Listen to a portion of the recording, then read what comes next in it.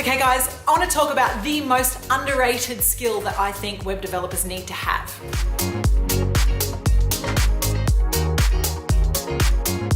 All right, so there are lots of skills that you want your web agency developer, person, designer to have. They need to know how to code. They need to understand the latest technologies. They need to understand Google. They need to understand a bit of marketing, but all of that needs to be wrapped in something else, which I think is a vital component to the process being not only successful, but enjoyable. And it should be. Like, this is a big investment for you and your business, and you should have a bit of fun on the way. That skill is people skills, communication. So when you're picking a web developer, team, agency, look for their ability to communicate and go with your gut on how you feel. You're basically starting a new relationship, and this relationship should be a mutually beneficial, fun, friendly, open, trusting, invested relationship. So, you know, it should be long term. If this is maybe your second time around on a website, or if it's the first time but you're investing well in doing it properly, then you're gonna need these people for the next 12 months, 2 years,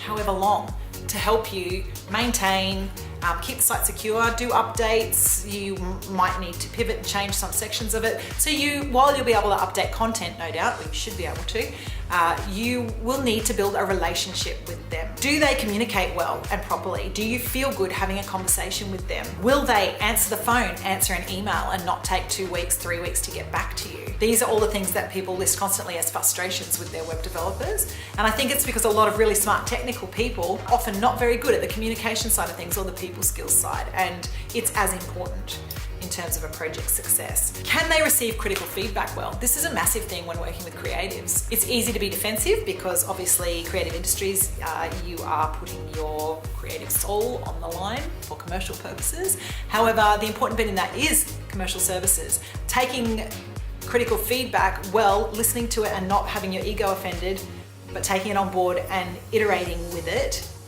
if the feedback is worthwhile, is it really important. So if the person's going to be defensive and unwilling to make changes because it's offended their ego, warning, Will Robinson. So I would avoid that. You also want them to be able to push back against your ideas. So you don't want to be able to walk over them because you're not the expert here. You want someone who is. So when we take on a web client, we say, once we're on board and you trust us, then you're invested in us, and we hope that you will listen to us when we say, oh, that's a terrible idea to add purple to your website, or that picture is terrible, we're not going to use that because of this and this and this, how about this?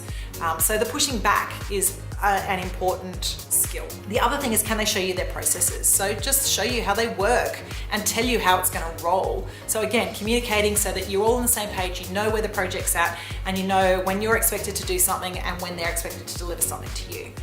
So there's just some tips, but go with your gut. Pick someone who you feel like you could have a great ongoing relationship, a long and happy relationship with, for the best outcome of the website. So if you have any questions at all, comment below and I'll do my best to film a video and get back to you.